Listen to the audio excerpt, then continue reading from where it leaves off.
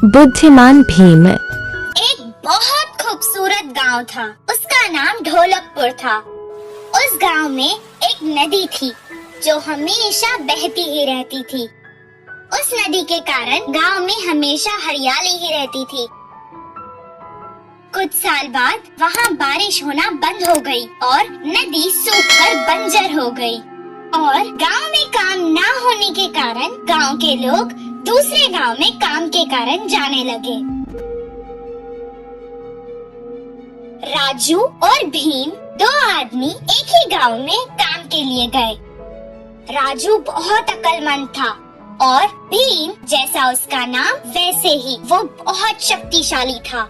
वो आराम से कितना भी भार हो उठा सकता था। उस गांव में एक बहुत बड़ा लकड़ियों का व्यापारी रहा करता था। वो दोनों उसके पास काम मांगने गए। तब वो व्यापारी उनसे कहने लगा, जंगल जाकर लकड़ी काटनी पड़ेगी। क्या तुम दोनों से ये हो पाएगा? हाँ, हो जाएगा।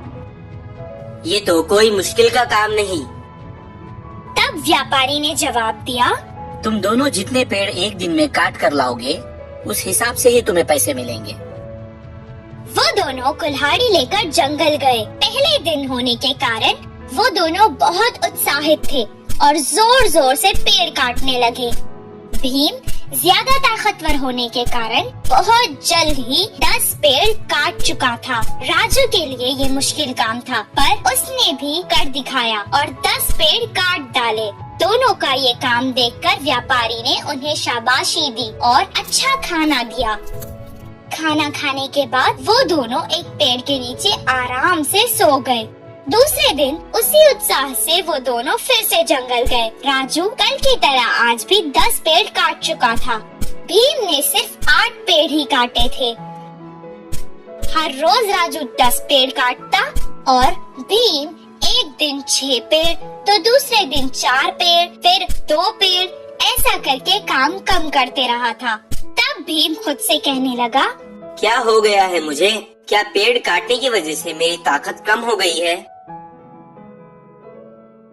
वो व्यापारी के पास आया और कहने लगा, साहब, मेरी तबीयत खराब होती जा रही है। मुझसे ये पेड़ काटने का काम अभी नहीं होगा।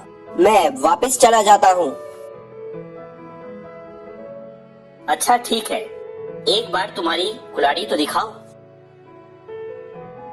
भीम जाकर कुल्हाड़ी लाया, उसे दे दी। व्यापारी ने उस कुल्हाड़ी को देखा। इतने दिन से तुम बस अपने बल का प्रयोग कर रहे थे और बुद्धि का नहीं। एक बार पेड़ काटने के बाद अगर कुल्हाड़ी को तेज नहीं किया तो वो मुंड हो जाती है। इसलिए हर बार कुल्हाड़ी को तेज करते रहना चाहिए। राम ने अपनी बुद्धि का इस्तेमाल किया और इसलिए वो इतनी कम मेहनत करके भी ज्यादा कमा रहा है। तुम इतनी छोटी बात नहीं समझ पाए। देखो भीम, हमें बल के साथ साथ अपनी बुद्धि का भी इस्तेमाल करना चाहिए। भीम को अपनी गलती समझ आ गई और वो अगले दिन अपनी कुल्हाड़ी को तेज करके अपने साथ जंगल ले गया। जैसे पहले दिन उत्साह से उसने पेड़ काटे, उतने ही उत्साह से उस दिन भी काम करने लगा। बुद्धिमान राम की तरह उसने भी बुद्धि का इस्तेमाल किया और इसीलिए उसे बहुत ज्यादा फायदा हुआ। यदि आपको हमारा वीडियो पसंद आए तो साहित्य एक नज़र कैडेट ऑफ कोलकाता को लाइक, सब्सक्राइब, फॉलो और शेयर करें।